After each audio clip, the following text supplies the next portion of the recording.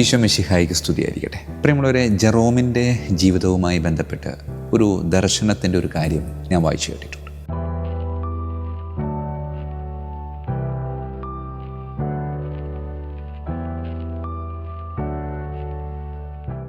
Christmas കാലഘട്ടത്തിൽ വിശുദ്ധ നാടുകൾ സന്ദർശിക്കാൻ പോയ ജെറോമിന് ഒരു ദർശനം ഉണ്ടാകുന്നുണ്ട്. ദർശനത്തിൽ ഉണ്ണീശോ അവൻ്റെ മുമ്പിൽ പ്രത്യക്ഷപ്പെട്ടിട്ട് ജെറോമിനോട് പറയുന്നുണ്ട്, ജെറോമെ, ഈ ക്രിസ്തുമസ് ദിനത്തിൽ ഈ വിശുദ്ധ നാടുകൾ നീ സന്ദർശിക്കാൻ വന്നിരിക്കുന്നത് കുറച്ചുകൂടെ ക്രിസ്തുമസ് ഭംഗിയായിട്ട് ആഘോഷിക്കാൻ വേണ്ടിയിട്ടാണ്. ക്രിസ്തുമസ് എന്ന് പറയുന്നത് എൻ്റെ ബർത്ത്ഡേ ആണ്. അപ്പോൾ ഈ ബർത്ത്ഡേക്ക് നീ എനിക്ക് സമ്മാനമായിട്ട് തരാൻ പോണ എന്താണെന്ന് ചോദിച്ചു. പ്രിയമുള്ളവരെ, ഒട്ടും പ്രതീക്ഷിക്കാതെ ദർശനത്തിലൂടെ ഉണ്ണീശോ ജെറോമിനോട് ഈ ഒരു ചോദ്യം ചോദിച്ചപ്പോൾ ജെറോം പെട്ടെന്നൊന്ന് പകച്ചുപോയി. എങ്കിലും കുറച്ചു നേരം ആലോചിച്ചിട്ട് ജെറോം ഉണ്ണീശോയോട് പറയുന്ന ഒരു മറുപടി ഉണ്ട്. ഉണ്ണീശോയെ, എൻ്റെ ശരീരത്തിൽ ഞാൻ ഏറ്റവും നല്ലതെന്ന് വിചാരിക്കുന്നത് എൻ്റെ ഹൃദയം. ആ ഹൃദയം ഞാൻ നിനക്ക് സമ്മാനമായിട്ട് തരാം. അപ്പോൾ ഉണ്ണീശോ ചിരിച്ചുകൊണ്ട് ജെറോമിനോട് പറയുന്നുണ്ട്, ജെറോമെ, ഞാൻ വേറൊരു കാര്യം പറയാൻ മറന്നുപോയി. നീ തരുമ്പോൾ അത് നിൻ്റെ സ്വന്തമായിരിക്കണം. ഹൃദയം എന്ന് പറയുന്നത് അത് നിൻ്റെതല്ല, അതെൻ്റെ, അത് ഞാൻ നിനക്ക് നൽകിയത്. അപ്പം വീണ്ടും കുറച്ചു നേരം കൂടി ആലോചിച്ചു. എന്നിട്ട് വീണ്ടും വേറൊരു മറുപടി നൽകി. ഈശോയെ, എനിക്കിപ്പോൾ 44 വയസ്സായി. ഈ 44 വർഷത്തിനിടയിൽ അധികമൊന്നും നല്ല പ്രവൃത്തികൾ ചെയ്തിട്ടില്ലെങ്കിലും ഞാൻ കുറച്ചൊക്കെ നല്ല പ്രവൃത്തികൾ ചെയ്തിട്ടുണ്ട് എന്നാണ് ഞാൻ വിചാരിക്കുന്നത്. അതുകൊണ്ട് ഈ നല്ല പ്രവൃത്തികളൊക്കെ സുന്ദരമായി ഒരു പൊതിക്കെട്ടിലാക്കി ഞാൻ നിനക്ക് ബർത്ത്ഡേ ഗിഫ്റ്റായിട്ട് തരാം.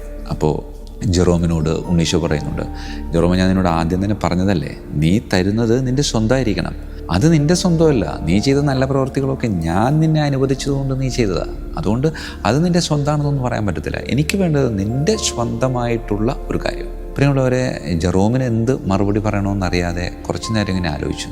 മറുപടി പറയാൻ കഷ്ടപ്പെടുന്ന ജെറോമിനോട് ഉണ്ണീശോ പറഞ്ഞൊരു കാര്യമുണ്ട്. ജെറോമെ, നിനക്കുള്ളതും എന്നാൽ എനിക്കില്ലാത്തതുമായിട്ടുള്ളൊരു കാര്യം എന്താണെന്ന് നിനക്കറിയാം. പ്രിയമുള്ളവരെ, നമ്മൾ പലരുടെയൊക്കെ ജന്മദിനാഘോഷത്തിൽ പങ്കെടുക്കാൻ പോയിട്ടില്ലേ? അപ്പോൾ സമ്മാനവും കൊടുത്തിട്ടുണ്ടാവും. സമ്മാനം കൊടുക്കാനായിട്ട് നമ്മൾ തിരഞ്ഞെടുക്കുമ്പോൾ നാം നമ്മളുടെ കൂടെയുള്ളവരുമായിട്ട് ആലോചിക്കുന്ന ഒരു കാര്യം എന്ന് പറയുന്നത്, ഞാൻ എന്താണോ അവന് അല്ലെങ്കിൽ അവൾക്ക് കൊടുക്കാൻ പോകുന്നത് അത് അവന് ഉപകാരപ്പെടുന്നതായിരിക്കണം, ഒപ്പം അത് അവന് ഉള്ളത് ആയിരിക്കരുത്. പ്രിയമുള്ളവരെ, ഇവിടെ ജെറോമിൻ്റെ മുമ്പിൽ എല്ലാമുള്ള ക്രിസ്തുവാണ് സമ്മാനം ചോദിക്കുന്നത്.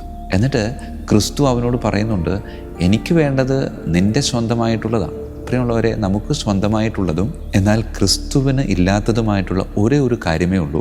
അത് വേറൊന്നുമല്ല, പാപവും പാപപ്രലോഭനങ്ങളുമാണ്. പ്രിയമുള്ളവരെ, ക്രിസ്തു നമ്മിൽ നിന്ന് ആഗ്രഹിക്കുന്നതും അത് തന്നെയാണ്. ജെറോമിലൂടെ ക്രിസ്തു നമുക്ക് നൽകുന്ന സന്ദേശവും അത് തന്നെയാണ്. ആഗമന കാലഘട്ടത്തിലൂടെ കടന്നു പോകുമ്പോൾ നമ്മുടെ ഉള്ളിലുള്ള എല്ലാവിധ പാപകാരണങ്ങളും പാപക്കടങ്ങളും പാപക്കറകളും ക്രിസ്തുവിൻ്റെ കൈകളിലേക്ക് ക്രിസ്തുവിന് ബർത്ത്ഡേ ഗിഫ്റ്റായിട്ട് കൊടുക്കാം. ആ ക്രിസ്തു അതിങ്ങനെ സന്തോഷത്തോടെ സ്വീകരിച്ച് തൻ്റെ സ്നേഹാഗ്നിയിൽ ജ്വലിപ്പിച്ച് ഇല്ലാതാക്കി പകരം നമുക്ക് കൃപ നൽകും. ആ കൃപ സ്വന്തമാക്കി ജീവിക്കാനായിട്ട് നമുക്ക് പരിശ്രമിക്കാം. അതേ പ്രിയമുള്ളവരെ, അതാണ് ഈ കാത്തിരിപ്പിൻ്റെ കാലഘട്ടം നമ്മിൽ നിന്ന് ആവശ്യപ്പെടുന്നതും ആഗ്രഹിക്കുന്നതും. അതുകൊണ്ട് ഈ ആഗമന കാലഘട്ടത്തിലൂടെ കടന്നു പോകുമ്പോൾ നമുക്ക് സമാഹരിക്കാം നമ്മളുടെ ജീവിതത്തിലെ ഓരോ പാപങ്ങളും പാപകാരണങ്ങളും പാപപ്രലോഭനങ്ങളും പാപക്കറകളും അവയൊക്കെ മനോഹരമായ ഒരു പൊതിക്കെട്ടിലാക്കി ക്രിസ്തുവിന് സമ്മാനമായിട്ട് കൊടുക്കാം. എനിക്കൊരുപാടുള്ളതും അവനൊട്ടുമില്ലാത്തതുമായ ആ സമ്മാനം അവൻ സന്തോഷത്തോടെ സ്വീകരിച്ച് തൻ്റെ സ്നേഹാഗ്നിയിൽ ജ്വലിപ്പിച്ച് പകരം കൃപയായി നമുക്ക് പകർന്നു നൽകും. ആ പകർന്നു നൽകുന്ന കൃപയ്ക്ക് വേണ്ടി നമുക്ക് കാത്തിരിക്കാം. എവർക്കും നല്ലൊരു കാത്തിരിപ്പിൻ്റെ ആശംസ സ്നേഹത്തോടുകൂടെ ആശംസിക്കുന്നു, പ്രാർത്ഥിക്കുന്നു. ദൈവം നമ്മെ സമൃദ്ധമായി അനുഗ്രഹിക്കട്ടെ.